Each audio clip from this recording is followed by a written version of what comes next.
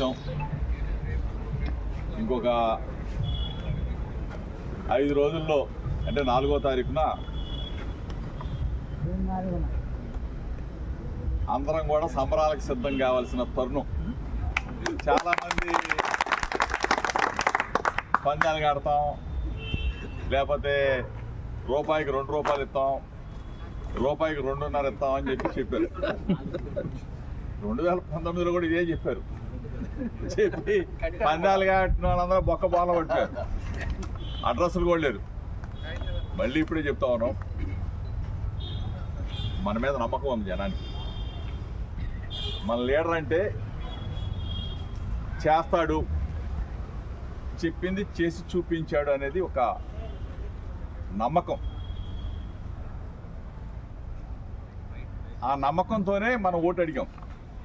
తప్పనిసరిగా మనల్ని ఆదరించారు. మహిళా అక్క చెల్లెమ్మలు అయితే 100కి 60 నుంచి 70% మంది మన వైఎస్ఆర్ కాంగ్రెస్ పార్టీ మన ఫ్యాన్ గుర్తు ఓటేశారు. ఇది రాష్ట్రం మొత్తం కూడా తప్పనిసరిగా కృతజ్ఞత ఉంది జనానికి. మాకు జగన్ మా అన్నయ్య మాకు మేలు చేశాడు, మంచి చేశాడనే కృతజ్ఞత జనానికి ఉంది. కాబట్టి బారులు తీరి ఓటేశారు. దేనికి? కృతజ్ఞతే. లేకపోతే చంద్రబాబు నాయుడు మొహం చూసి, తెలుగుదేశం పార్టీ మొహం చూసి ఓటేస్తాడు ఎవరన్నా? చంద్రబాబు నాయుడు ఎవడన్నా నమ్ముతాడా? ఏం చూసి నమ్ముతారు? ఇవన్నీ కూడా మనల్ని అధైర్యపరచడానికి చేసే పనికిమాలిన ఎత్తుగడలు. ఇది అంతా కూడా తప్పనిసరిగా మంచి మెజార్టీతో గెలవబోతా ఉన్నాం. జగనన్న ముఖ్యమంత్రి కాబోతా ఉన్నాడు. ఇక్కడ కూడా బ్రహ్మాండంగా తాడిగడపలో అందరూ కూడా శక్తి వంచన లేకుండా పనిచేశారు. బ్రహ్మాండంగా ఓటుని తీసుకురావడంలో కానివ్వండి, ఓటుని పోల్ చేయించడంలో కానివ్వండి, ఎవరికి వాళ్ళు మా జగనన్న గెలవాలి, పెనమలూరులో మేము జెండా పాతాలని చెప్పేసి కష్టపడ్డ మీ అందరికీ కూడా ఒకటే చెప్తా ఉన్నాం. మీ అన్నగా, మీ తమ్ముడిగా, మీ కుటుంబ సభ్యుడిగా ఎప్పుడు తోడుగా ఉంటా. కష్టాలు వచ్చినా, ఇబ్బందులు వచ్చినా ప్రతి విషయంలో కూడా ఒక అడుగు ముందుకేసి ఆ కష్టాలను తీర్చడం కోసం నేను ప్రయత్నం చేస్తానని చెప్పేసి మీ అందరూ కూడా మాట ఇస్తా ఉన్నా. అభివృద్ధి విషయంలో దేవుడి దయ ఉంది, ప్రజల దీవెనలు ఉన్నాయి. మన మున్సిపాలిటీని, మన తాడిగడపను కూడా బ్రహ్మాండంగా అభివృద్ధి చేసుకుందాం.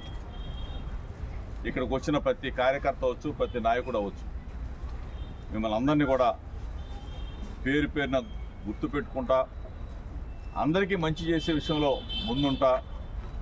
ఎప్పుడు కూడా మన ఆఫీస్ ఇంతకుముందు చెప్పాను, ఇప్పుడు చెప్పాము, నిద్రపోయే సమయం తప్ప ఎప్పుడు కూడా మనకు అందుబాటులోనే ఉంటాం. కాన్స్టిట్యున్సీలో తిరుగుతూనే ఉంటాం, ప్రజలకి మేలు చేస్తూనే ఉంటాం.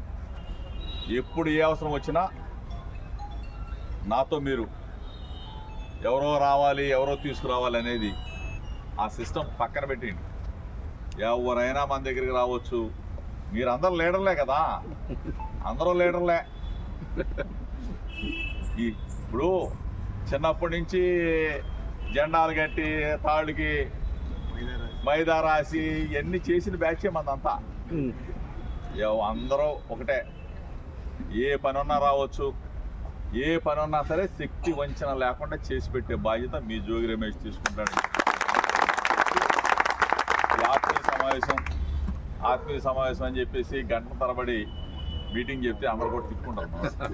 ఎందుకంటే మీటింగ్లు ఇని ఉన్నాం కదా ఎలక్షన్ ముందు. సీనన్న